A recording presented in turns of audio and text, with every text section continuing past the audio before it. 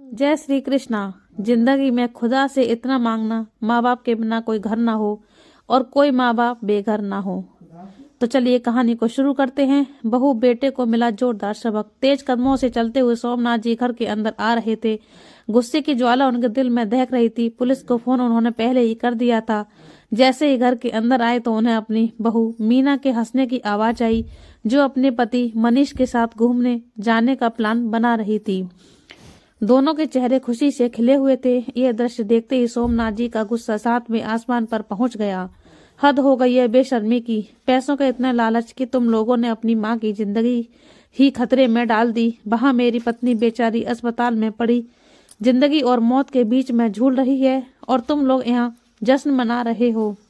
शर्म नहीं आई तुम दोनों को इतनी घिनौनी हरकत करते हुए? अपने ही घर में तुमने चोरी कर ली।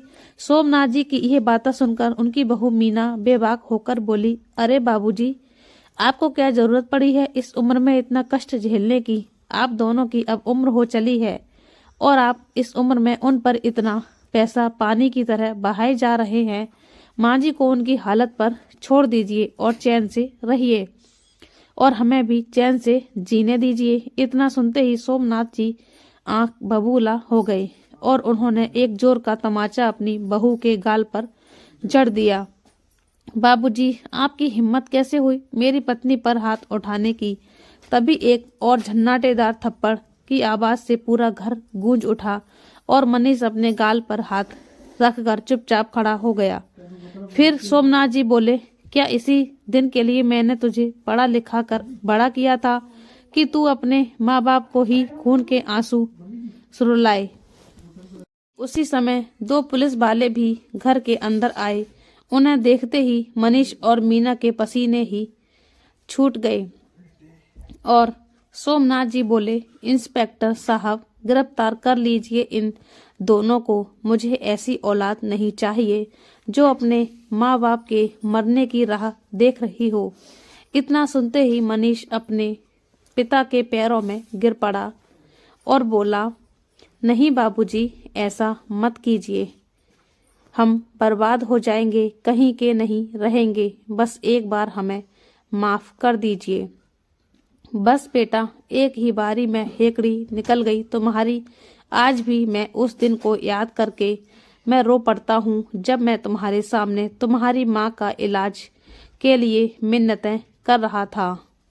इतना कहते कहते सोमनाथ जी अतीत के दिनों में चले गए और उस दिन को याद करने लगे जिस दिन उनकी पत्नी आशा की टेस्ट रिपोर्ट आई थी और उन्हें मालूम पड़ा था कि उनकी पत्नी को कैंसर जैसी गंभीर बीमारी हो चुकी है। यह बात सुनकर सोमनाथ जी का दिल पूरी तरह से टूट चुका था, लेकिन डॉक्टर ने बताया था कि आजकल मेडिकल साइंस ने इतनी तरक्की कर ली है कि यदि सही समय पर ऑपरेशन कर दिया जाए तो ये बीमारी भी ठीक हो सकती है, लेकिन खर्च लाखों का होगा। सोमनाथ जी ने ठान लिया कि वह अपनी पत्नी की जान बचा कर रहेंगे। जब घर आकर उन्होंने ये बात अपने बेटे को बताई तो उसे भी सदमा लगा। उसने अपने पिता से कहा, बाबूजी, आप चिंता मत कीजिए, हम माँ को अच्छे से अच्छा करवाएंगे और वह कुछ ही दिनों में बिल्कुल ठीक हो जाएगी। लेकिन ना जाने रात में बेटे और बहू की आपस में क्या बात हुई कि अगले दिन ही बेटे ने स्पष्ट शब्दों में कह दिया कि माँ की अब उम्र हो चुकी है और उन पर पैसा लगाने का मतलब पैसा बर्बाद करना है, और बर्बाद करने के लिए मेरे पास पैसे नहीं हैं। अपने बेटे के मुंह से ये बात सुनकर सोमनाथ जी जैसे ठगे से खड़े रह गए। उन्हें अपने कानों पर यकीन नहीं हुआ, लेकिन उन्होंने हिम्मत न हारते हुए अपनी पत्नी का पूरा ध्यान रखा। रोज सुबह शाम उन्हें सैर पर लेकर जाते थे। एक दिन पार्क में सैर करते हुए उनकी अपने मित्र से मुलाकात हुई। बातों ही बातों में उन्होंने अपने मित्र को अपनी पत्नी की तबीयत के बारे में बताया और इस बारे में अपने बेटे बहू के रवैया के बारे में भी बताया। हालचाल बताते हुए उनकी आंखों से आंसू छलक पड़े। बेबसी उनके चेहरे से साफ नजर आ रही थी। उस समय उनके मित्र ने उन्हें हौसला दिया और कहा कि सोमनाथ, यह वक्त हिम्मत हारने का नहीं है। गांव में तुम्हारी कितनी जमीन पड़ी है, वह किस दिन काम आएगी। तुम जब कहो मैं जमीन का सौदा करवा दूंगा। अपनी पत्नी के इलाज के लिए मेरे बेटे बहू पर मोहताज रहने की तुम्हें कोई जरूरत नहीं है। अपने मित्र की इस बात से सोमनाथ जी को बहुत हौसला मिला और सही कीमत मिलने पर उन्होंने जमीन का सौदा कर लिया। जिस समय वे जमीन का सौदा करके घर लौटे तो घर आकर उन्हें अपनी पत्नी कहीं नजर नहीं आई। फिर सोमनाथ जी ने अपनी बहू मीना को आवाज लगाई, मीना बहू, पूरा घर छान लिया लेकिन मुझे तुम्हारी सास कहीं नजर नहीं आ रही, कहीं गई है। फिर मीना ने कहा, अरे बाबूजी ऐसा भी क्या हो गया।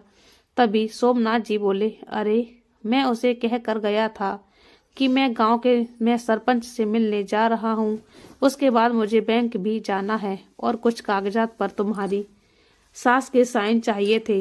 अब वह घर में नहीं है, किसी भी बात को गंभीरता पूर्वक लेती ही नहीं, ना जाने अब कहाँ कौन सा काम करने चली गई।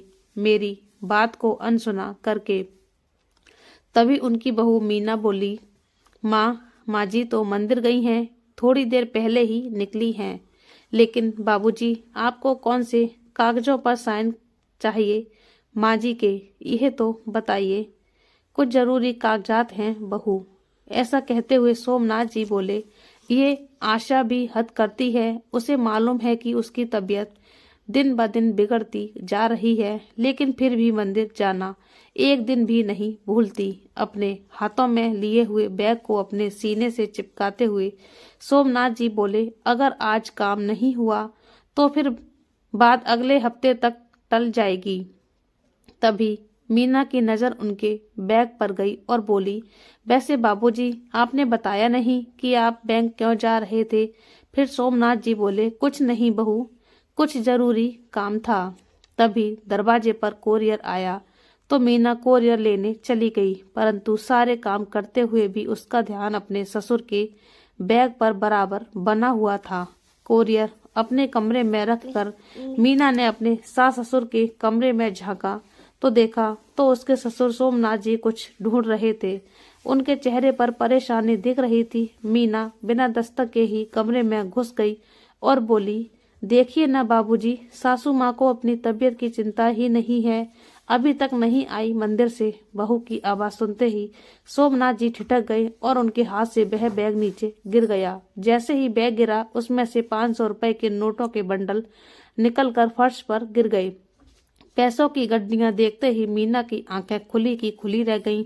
इतने सारे पैसे मीना के मुंह से अचानक निकला और फिर सामान्य होती हुई बोली, वैसे बाबूजी इतना सारा पैसा कहाँ से आया, ये किसके पैसे हैं। तो सोमनाथ जी ने जल्दी से उन पैसों को उठाकर अपने बैग में डाला और उसे बंद करते हुए बोले, वह बहू हमारे गांव वाली जो जमीन थी ना, उसी को बेचने के लिए मैं सरपंच के पास गया था। अब वह जमीन बिक गई है तो कुछ पैसे मिल गए हैं। इन्हीं पैसों को जमा करवाने के लिए मुझे बैंक जाना था, लेकिन अलमारी की चाबी मुझे कहीं मिल नहीं रही है। लगता है तुम्हारी सास के पास होगी। उधर मीना की आंखों में तो अभी तक नोटों की गड्डियां की तस्वीर नाच रही थी। वह बोली, बाबूजी देखो ना, माँ जी तो अभी तक आई नहीं, अब आप कब तक इसे हाथ में रखेंगे। हाँ बहू, यही तो मैंने सोचा था कि इन पैसों को तुरंत बैंक में जमा करवा दूंगा, क्योंकि अगले हफ्ते आशा को अस्पताल में भी तो दिखाना है।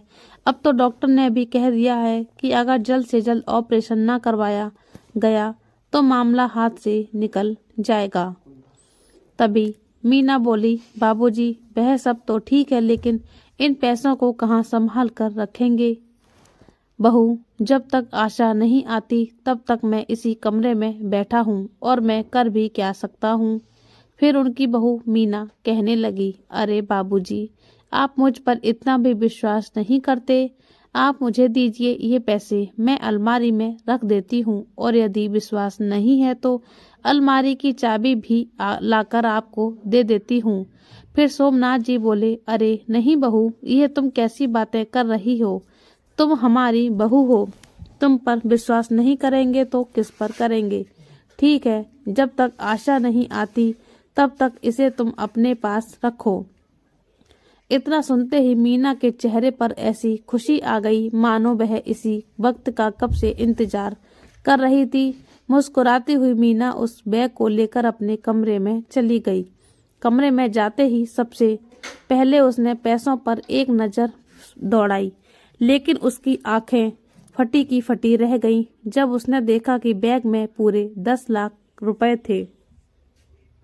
तो अपनी चालाकी दिखाते हुए उसने उसमें से 2 लाख रुपया निकाल कर अलग रख दिए और बाकी के पैसे बैग में वापस डालकर अलमारी में रख दिए। थोड़ी देर में ही उसकी सास आशा जी आ गई तो मीना बोली, माँ जी, इतना भी कोई समय लगाता है क्या मंदिर में? अरे नहीं बहू, रास्ते में ही मेरी सहेली मिल गई थी तो हालचाल पूछने बताने में थोड़ा समय लग गया। अच्छा, एक बात बताओ, तुम्हारे ससुर जी आए हैं क्या? हाँ माँ जी, आपको ही कब से ढूंढ रहे थे, अभी अभी बाहर निकले हैं। आप एक काम कीजिए, ये चाबी लीजिए, मेरी अलमारी की चाबी है।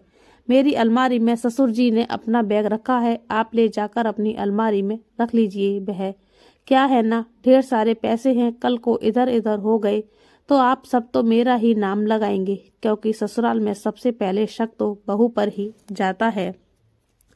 फिर आशा जी बोली, ऐसा नहीं है बहू, हमने तो तुम्हें हमेशा अपनी बेटी माना है। अगर छोटी मोटी कोई बात होती भी है तो उसे दिल से लगा कर नहीं रखना चाहिए। मैं बैग निकाल लेती हूँ।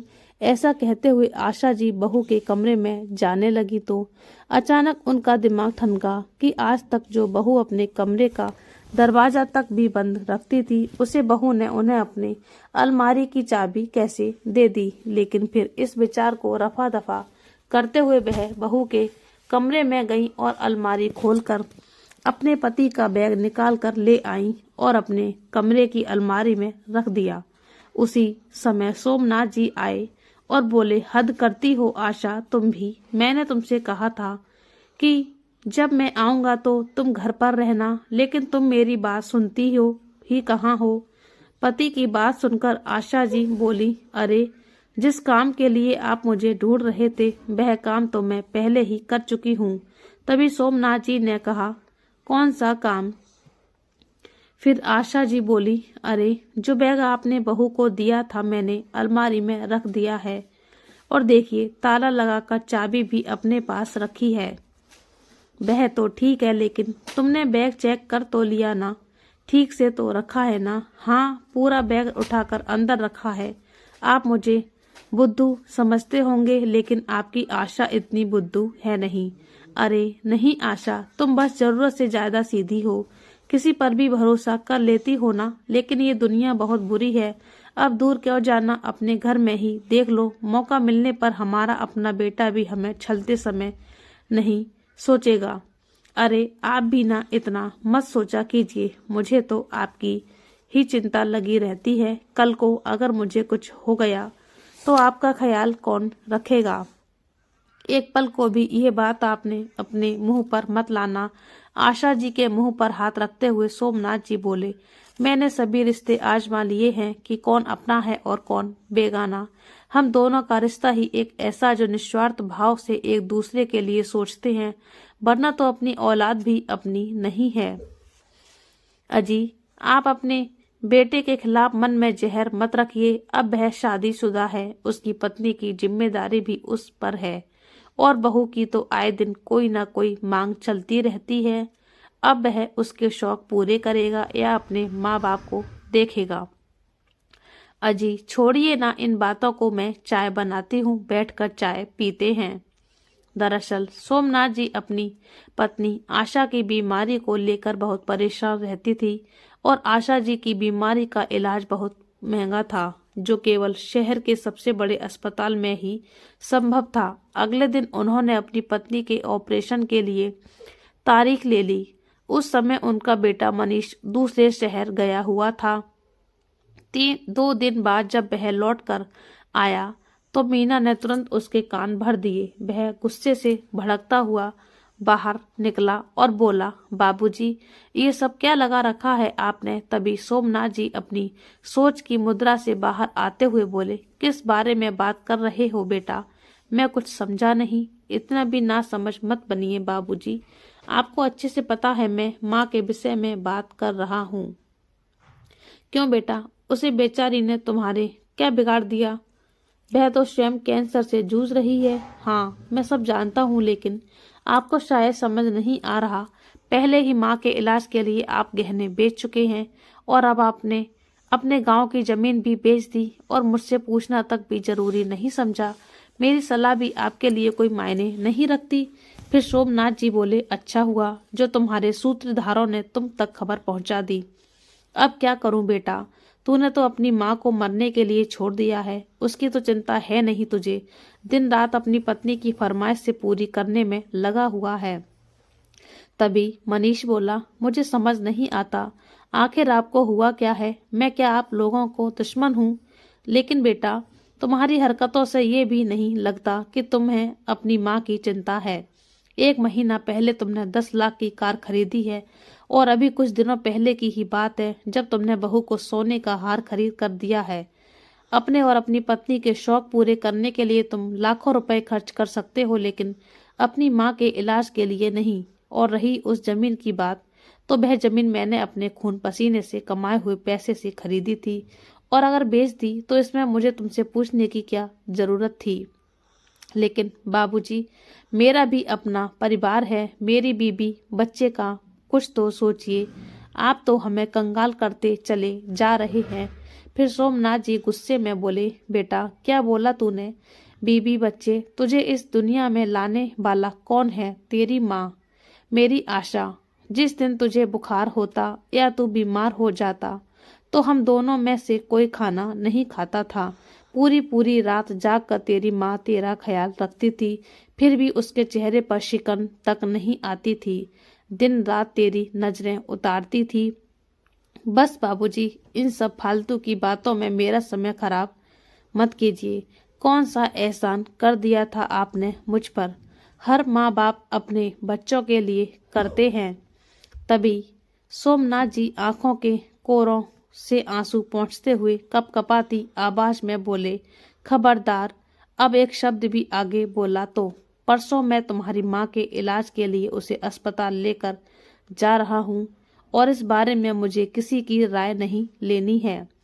आपके अपने पिता की ये बातें सुनकर मनीष थोड़ी विनम्रता दिखाते हुए बोला, अरे बाबूजी, ऐसी बात नहीं है, लेकिन अगर माँ के इलाज से कुछ पैसे बचे तो वह हमें दे दीजिएगा। दरअसल मैंने अपने दोस्त के साथ पार्टनरशिप में एक बिजनेस शुरू किया है। अगर मुझे पैसे नहीं मिले तो मुझे किसी से कर्ज उठाना पड़ेगा। फिर सोमनाथ जी बोले, अच्छा, मतलब की बात तो मुझे अब समझ में आई। अब बेटा, इतने बड़े अस्पताल में कितना खर्चा होगा ये तो तुम खुद भी सोच सकते हो, और अपने बूढ़े माँ बाप की सहायता करने के बजाय तुम उनसे पैसे मांग रहे हो। शर्म आनी चाहिए तुम्हें। इतना कहकर सोमनाथ जी वहां से चले गए। अगले ही दिन अस्पताल से फोन आ गया कि इलाज के लिए अस्पताल में पैसे जमा करवा दीजिए और मरीज को दाखिल करवा दीजिए। फिर सोमनाथ जी ने अपनी पत्नी से कहा कि हमें कल तुम्हें अस्पताल में दाखिल कराना है, इसलिए अस्पताल के लिए कुछ कपड़े रख लेना। जल्दी ही तुम्हारी सारी परेशानियां दूर हो जाएंगी। फिर आशा जी हंसते हुए बोली, हम दोनों अपनी जिंदगी के अंतिम पड़ाव पर पहुंच चुके हैं, फिर भी खुद से ज्यादा ख्याल रखते हैं आप मेरा। तो सोमनाथ जी ने कहा, आशा, तुम हो तो मैं हूँ, नहीं तो मैं कुछ भी नहीं। अगर तुम इस घर में नहीं होती ना तो मुझे ये घर भी अच्छा नहीं लगता। सोमनाथ जी ने पैसों का भरा बैग संभाल कर रख लिया और पत्नी को अस्पताल लेकर जाने लगे। तो अपने बेटे से कहा कि मैं तुम्हारी माँ का इलाज करवाने जा रहा हूँ, क्या तुम चलोगे? तो बहू तपाक से बोली, ये क्या करेंगे वहां जाकर? आप हैं तो माँ जी की देखभाल करने के लिए। उधर बेटे के मुंह से एक शब्द भी नहीं निकला। फिर आशा जी बोली, उन्हें क्यों परेशान करते हैं? आप मेरे साथ है तो चिंता किस बात की? चलिए हम चलते हैं। सोमनाथ जी को अपने बेटे बहू पर गुस्सा बहुत आया, लेकिन वह अपनी पत्नी को परेशान करना नहीं चाहते थे, इसलिए चुपचाप वहां से चले गए। आशा जी को नर्स अंदर लेकर चली गई। जबकि सोमनाथ जी काउंटर पर पैसा जमा करवाने लगे तभी काउंटर पर बैठे व्यक्ति ने कहा, सोमनाथ जी, आपने तो कहा था कि आप पूरे पैसे जमा करवा रहे हैं, लेकिन ये तो केवल 8 लाख रुपए हैं। ऑपरेशन तो हम लोग शुरू कर रहे हैं, लेकिन बाकी के बचे पैसे आप जल्दी जमा करवा दीजिए। ये बात सुनकर सोमनाथ जी हैरान रह गए कि ऐसे कैसे हो सकता है, उसमें तो पूरे 10 लाख रुपए थे। तभी अकाउंटेंट ने कहा, यदि आपको विश्वास नहीं है तो आप कैमरा चेक कर सकते हैं। तभी सोमनाथ जी एक पल को उस वक्त को याद करने लगे जब उन्होंने अपनी बहू को पैसे दिए थे और फिर बोले, नहीं नहीं, हमें दूसरे क्या ठगेंगे, ये ठेका तो हमारे अपनों ने ले रखा है। मैं अभी आता हूँ। उधर घर पर उनका बेटा मनीष थोड़ी चिंता में बैठा था। तभी मीना बोली, आप चिंता क्यों करते हैं? अरे, आज तो हमारी जिंदगी की सबसे बड़ी परेशानी खत्म होने वाली है। आपकी माँ का इलाज हो जाएगा तो हम भी घूमने जा पाएंगे। फिर मनीष बोला, पैसों की बहुत ज्यादा तंगी चल रही है और घूमने पर तो कम से कम 50,000 चाहिए। अगर पैसे होंगे तब तो जाएंगे ना। तभी मीना बोली, अरे, आप मेरा इतना ख्याल रखते हैं और मैं आपको इतना सा बोझ भी कम नहीं कर सकती। अभी रुकिए। ऐसा कहते हुए मीना अंदर गई और अपनी अलमारी से पैसा निकाल कर ले आई और नोटों के बंडलों से अपने आप को हवा करती हुई बोली, बस आप मेरी चिंता किया कीजिए, मैं किसी और चिंता को आपके पास भटकने भी नहीं दूंगी। फिर मनीष बोला, तुम्हारे पास इतने सारे पैसे कहाँ से आए? तो मीना ने कहा, अरे, आप आम खाइए ना, गुठलियां क्यों गिनते हैं? आपकी यही आदत मुझे अच्छी नहीं लगती। तो मनीष बोला, यह बात तो सच है, सबकी चिंता कर करके मेरा दिमाग खराब हो गया है। अब मुझे किसी से कोई मतलब नहीं, अब तो पक्का हम घूमने चलेंगे। ऐसा कहते हुए दोनों खिलखिलाकर हंस पड़े। उधर से सोमनाथ जी जब घर पहुंचे तो बेटे बहू की बातें सुनकर ताली बजाते हुए बोले, अरे वाह, तुम लोगों ने तो कमाल ही कर दिया। वहां तुम्हारी माँ जिंदगी और मौत से लड़ रही है और तुम दोनों अपने ही घर में पैसा चोरी करके उसी पैसे से घूमने के सपने देख रहे हो। उसी समय अपने पिता के पीछे पुलिस को आता देखकर और मीना के पसीने छूट गए। तभी मनीष का मीना कांपती हुई आवाज में बोली, ये क्या कर रहे हैं आप बाबूजी? कुछ सोच समझ कर बात कीजिए, मैंने कौन सी चोरी की है? फिर सोमनाथ जी बोले, ज्यादा भोली मत बनो बहू, इतनी भी ना समझ तुम नहीं हो। जिस दिन तुमने मेरे पैसे संभाल कर रखने की बात कही थी, शक तो मुझे तुम पर उसी दिन हुआ था। फिर मैंने सोचा कि तुम्हारी सास भी तो तुम्हारी माँ जैसी ही है, तुम उसे कोई तकलीफ नहीं आने दोगी, उसके साथ कुछ गलत क्यों करोगी? तभी मनीष बोला, बाबूजी, आपको शर्म नहीं आती अपनी बहू पर ऐसा इल्जाम लगाते हुए? आपके पास क्या सबूत है कि पैसे मीना ने लिए हैं? तो सोमनाथ जी ने तुरंत बता दिया कि मेरे बैग में से 500 रुपए के नोटों के 4 बंडल गायब हैं। और मनीष ने जब मीना के हाथ में देखा तो उसके हाथ में भी 500 के नोटों के 4 बंडल ही थे।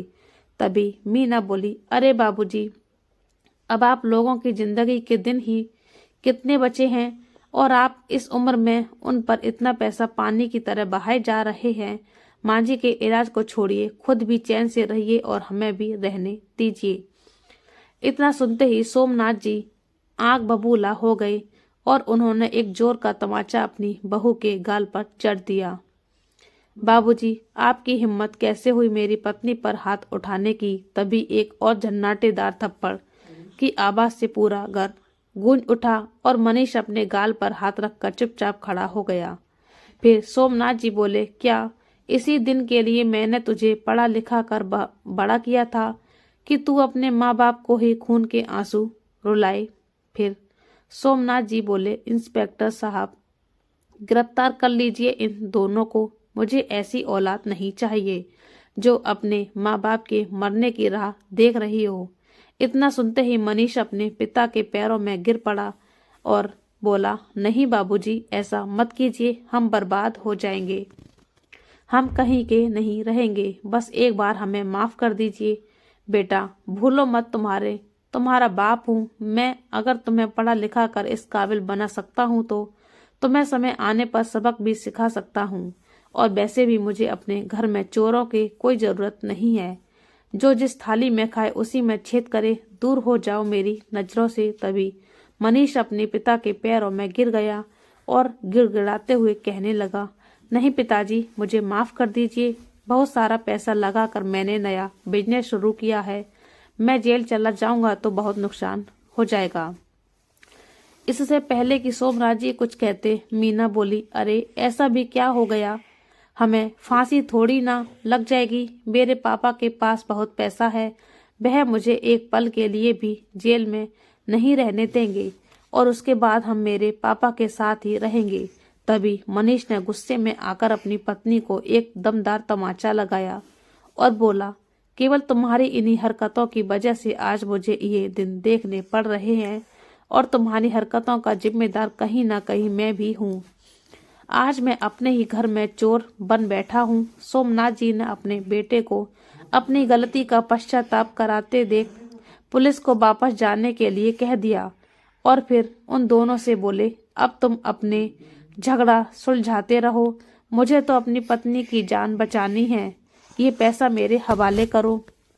तो उनकी बहू मीना ने एक हाथ से अपने गाल को सहलाते हुए दूसरे हाथ से नोटों के बंडल उठाकर अपने ससुर को वापस कर दिया।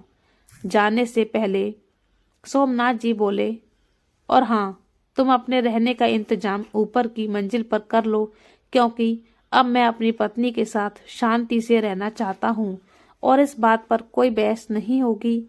मैं नहीं चाहता कि अब मेरी पत्नी कोई और परेशानी झेले। जिस बेटे को अपनी जान लुटा कर भी हमने पाल पोस कर बड़ा किया, उसने ही अपनी माँ के लिए कुछ नहीं किया, तो अब मुझे ही कठोर कदम उठाना पड़ेगा। इतना कहते हुए सोमनाथ जी वहां से चले गए। तभी मीना बोली, ये बात तो गलत है, आपके बाबूजी ऐसा कैसे कर सकते हैं। फिर मनीष ने कहा, चुप हो जाओ, तुम भूल रही हो ये घर उनका है, हमें वैसा ही करना पड़ेगा जैसा वह कहते हैं, वरना अपना सामान उठाओ और जाओ यहाँ से, मैं तो यहीं पर रहूंगा। करीब एक सप्ताह के बाद आशा जी स्वस्थ होकर घर वापस लौटी। आज उन्हें घर खाली खाली सा लग रहा था। तो जैसे ही उन्होंने इस बारे में अपने पति से पूछा तो उन्होंने बताया, तुम्हारी बहू की इच्छा ऊपर वाली मंजिल में रहने की थी और मैं भी चाहता हूँ कि अब तुम अपने पुराने शौक पूरे करो। तुम्हें छोटे बच्चों को ट्यूशन पढ़ाना बहुत अच्छा लगता था ना, तो अब जल्दी ही मैं इस घर में कोचिंग सेंटर शुरू कर रहा हूँ। बुढ़ापे में हम लोग जितने व्यस्त होंगे उतनी ही चिंताएं हमसे दूर रहेंगी। ये बात सुनकर आशा जी बहुत खुश हुई। अब दोनों पति पत्नी अपनी कमाई से अपना खर्चा चला रहे थे। कभी बेटा पैसे से मदद करना चाहता भी तो सोमनाथ जी उसे जवाब देते कि दूध का जल छाछ भी फूंक कर पीता है। पहले भी मैं सर उठाकर जिया हूँ और आज भी सर उठाकर जीऊंगा। तुम अपनी और अपनी पत्नी की जरूरत को पूरा करो, बस अपनी माँ को कभी दुख मत देना, नहीं तो मैं बर्दाश्त नहीं करूंगा। उस दिन के बाद से उस घटना का जिक्र किसी ने भी आशा जी के सामने नहीं आने दिया। आशा जी बार बार प्रश्नवाचक दृष्टि से अपने पति को देखती और कहती कि आखिर बेटा और बहू सही रास्ते पर कैसे आ गए, आपने ऐसा क्या किया। तो सोमनाथ जी मुस्कुरा कर कहते, बेटा बेटा होता है और बाप बाप ही रहता है। तो दोस्तों, ये कहानी आपको कैसी लगी हमें कमेंट करके बताना। वीडियो को पूरा देखने के लिए धन्यवाद। आप हमारे चैनल पर नए हैं तो हमारे चैनल को सब्सक्राइब कर लीजिए और बेल आइकन को प्रेस कर दीजिए ताकि हमारी वीडियो का नोटिफिकेशन आपको मिलता रहे। जय श्री कृष्णा, राधे राधे।